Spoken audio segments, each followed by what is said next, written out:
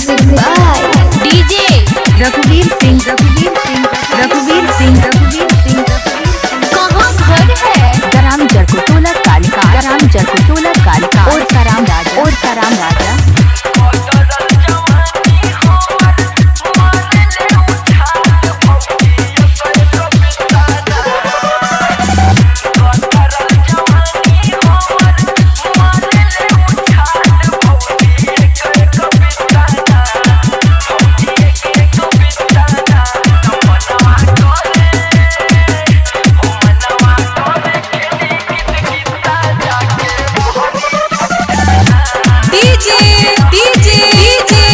रघुवीर सिंह तहर कहाँ घर है? ग्राम जरकुटोला कालिका और कराम राजा मोबाइल नंबर 8737987166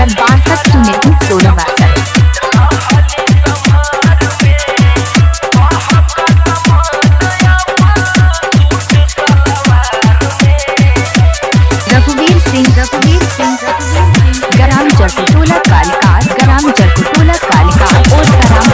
और कराम राजा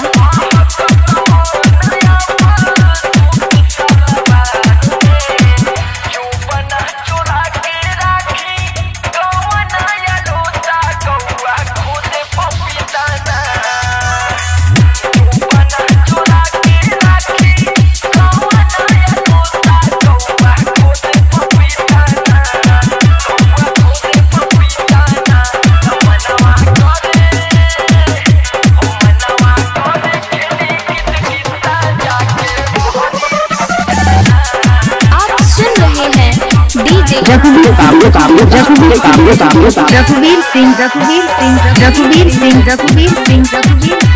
तहर कहाँ घर है? ग्राम जरकुटोला कालिका और कराम राजा मोबाइल नंबर 8737987166 62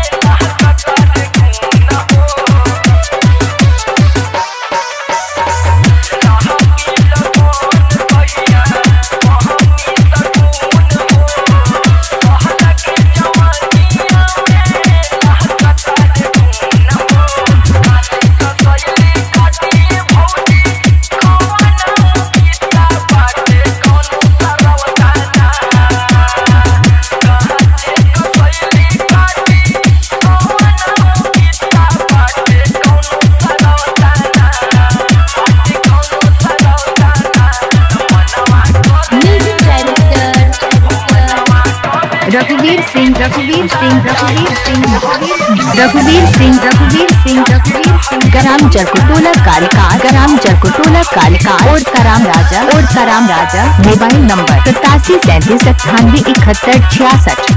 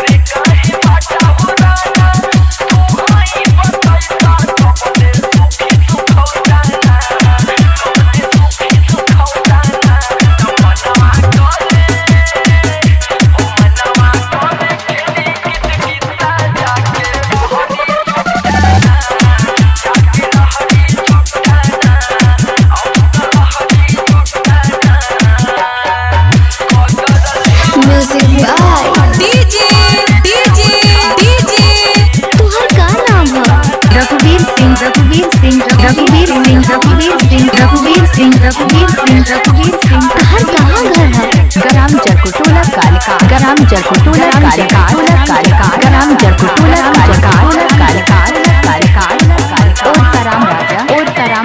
और कराम राजा मोबाइल नंबर 87 33 98 71 66 75 62 16 62